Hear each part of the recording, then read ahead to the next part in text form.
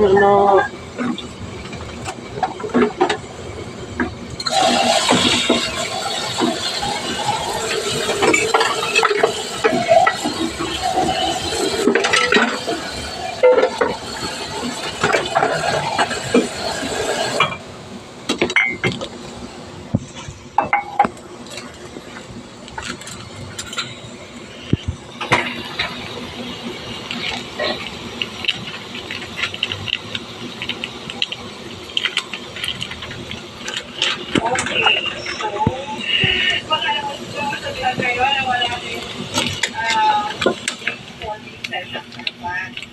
Anyway, you still have your own time para sa pagpaplan by next week. For sure, nasa sunod kayo.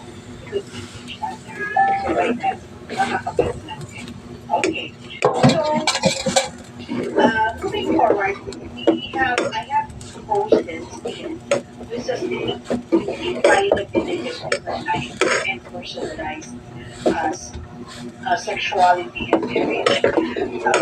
These principles are basic principles that you would have before to study on it by your own. Okay? You can study it on by your own.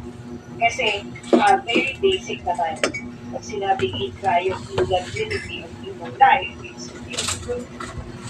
doctors, nurses, and other members of the health team must put value to human life. And that is where the art of nursing is, respecting the life of the patients. Okay? By working on the scope of the nursing practice, promotional human health, prevention of illness, care of infectious disease, and the rehabilitation. So that's the gist of the inviolability. Well, in sexuality and marriage, syempre, stand naman sa sexuality is by the church, male and female, but by the society, by the perspective of the basic sexuality. There's the recognition of the LGBTQ plus. So, that's about sexuality. So, may post naman na PowerPoint sa iTunes 3. Okay? Oh my gosh. Likewise,